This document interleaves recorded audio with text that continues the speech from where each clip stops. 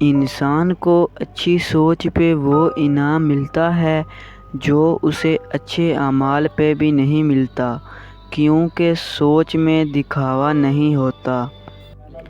ایسے شخص کو کبھی مت گنوانا جس کے دل میں تمہارے لیے محبت، فکر، عزت اور چاہت ہو۔ علم تمہیں راہ دکھاتا ہے اور عمل تمہیں مقصد تک پہنچا دیتا ہے۔ جاہل نہ تو اپنی کمزوری کو سمجھتا، نہ تو نصیحت کرنے والوں کی باتوں کو قبول کرتا ہے۔ تمہارا بدترین دوست وہ ہے جو تمہیں غلط باتوں پر راضی کرے۔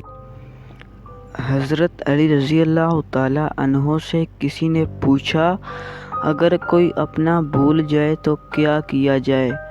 تو حضرت علی رضی اللہ تعالیٰ عنہ نے فرمایا، کوئی اپنا ہو تو وہ کبھی نہیں بھولتا، اور جو بھول جائے وہ اپنا نہیں ہوتا۔ جب طاقت زیادہ ہو جاتی ہے تو خواہش کم ہو جاتی ہے۔ دوستی کا بھرم صرف وہ لوگ رکھ سکتے ہیں جن کے وجود میں سمندر جتنا دل ہو۔